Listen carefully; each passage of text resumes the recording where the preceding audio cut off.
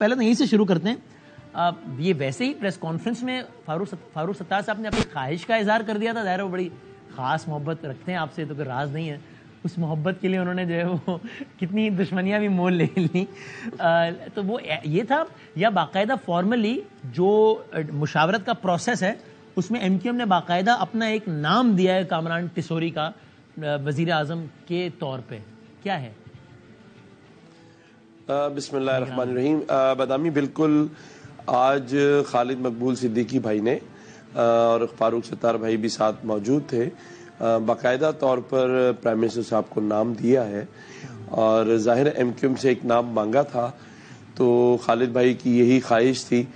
حالانکہ مجھے جب ہم واپس آ رہے تھے تو آپ سے شیئر کر رہا ہوں تو مجھے ان کا گاڑی میں چہرہ تھوڑا سا اداس لگ رہا تھا, تو میں نے ان سے پوچھا کہ کیا ہوا ہے. تو وہ کہتے ہیں کہ یہ جو سارے کام میں سوچ رہا ہوں جو آپ کر رہے ہیں Karachi governor house, Sindh governor house میں, ان کاموں کا کیا ہوگا.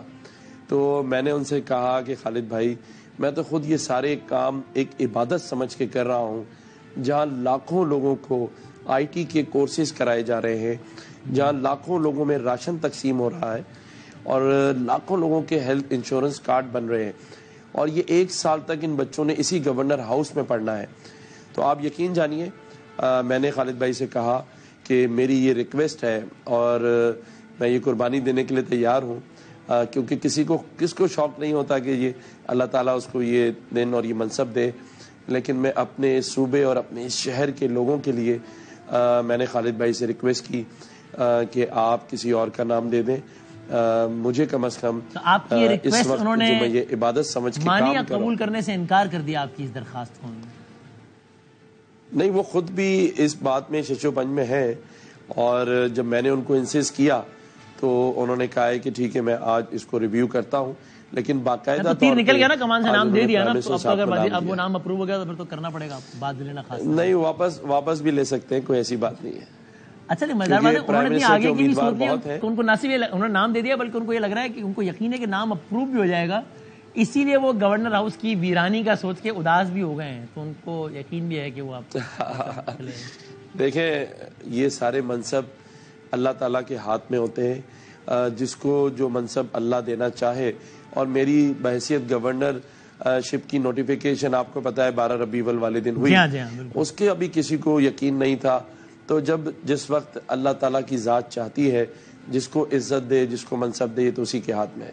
یہ نام کنسیڈر ہوا ہے آپ کا, بھی شارٹ لسٹ ہوا ہے یا نہیں وہاں سے وفاق سے؟ مجھے پتا نہیں اس بارے میں, مجھے اس بارے میں آپ کو علم نہیں. اچھا سر, یہ سینسس جس طرح میں نے کہا یہ بات بالکل ٹھیک ہے کہ ایم کیو ایم واحد جماعتی جو کہہ رہی تھی, باقی سب تو اس کو اپوز کر رہی تھی, اور پھر ایم کیو ایم کی بات مان لی گئی. لیکن یہ بھی تو فیکٹ ہے نا کہ ایم کیو ایم تو کہہ رہی تھی کہ ہم 3 کروڑ, کراچی کی آبادی 3 کروڑ, اور اس سے کم پہ ہم نہیں مانیں گے. تو پورا 1 کروڑ 2 کروڑ 5 لاکھ بنا ہے تقریباً, اور ایم کیو ایم اس کو بھی اپنی وکٹری کلیم کر رہی ہے.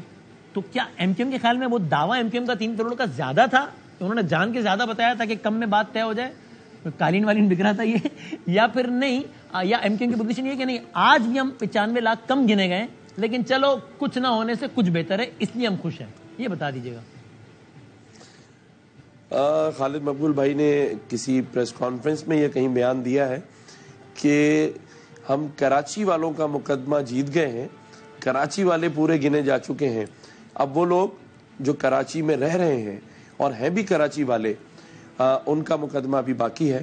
وہ کہتے ہیں میں وہ بھی لڑوں گا, اور پھر جا کر یہ 3 کروڑ پورے ہو جائیں گے. پوزیشن یہی ہے کہ ایکچولی ہے 3 کروڑ ہی, ابھی بھی کم گنا گیا ہے. دیکھیں بہت ساری وجوہات بھی ہیں, چیزیں بھی ہیں, لوگوں کا حصہ نہ لینا سینسز میں. اور آپ ہی کے ایک رپورٹر اے آر وائی کے رافع حسین, آج سے 2 مہینے پہلے انہوں نے مجھ سے سوال کیا تھا, جب 1 کروڑ 40 لاکھ گنا گیا تھا, میں نے اس وقت بھی کہا تھا کہ اگر 2 کروڑ سے کم گنا گیا تو میں گورنرشپ سے ریزائن کر دوں گا. اور آپ یہ دیکھیے گا کہ اس پر ایم کیو ایم نے ڈاکٹر خالد مقبول صدیقی کی سربراہی میں کافی محنت کی. کئی بار اسلام آباد گئے, میرے پاس کئی بار آئے, میں نے کئی بار وفاق سے بات کی, سینسس ڈپارٹمنٹ سے بات کی.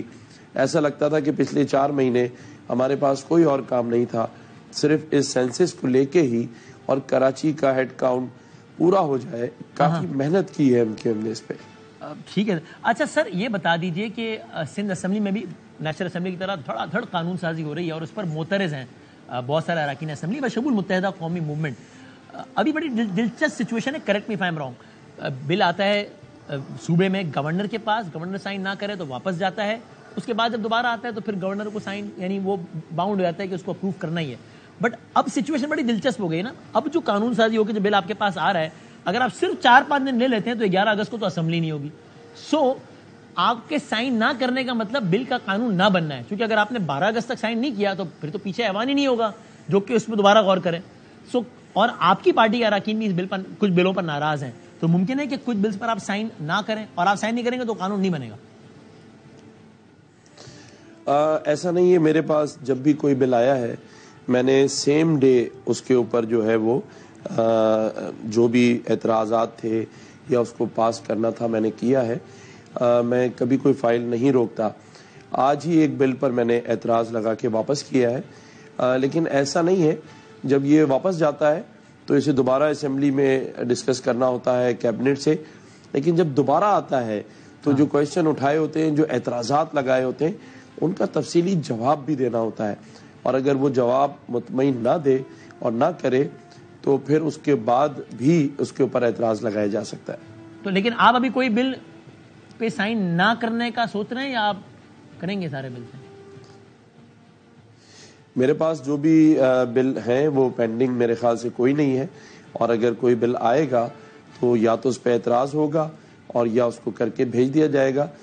مجھے نہ پارٹی کی طرف سے کوئی ایسی ہدایت ہے اور نہ میں خود روکتا ہوں, اور ابھی تک کوئی ایسی شکایت سندھ گورنمنٹ کو مجھ سے نہیں ہے جہاں میں نے ان کے کوئی بل روکے ہوں.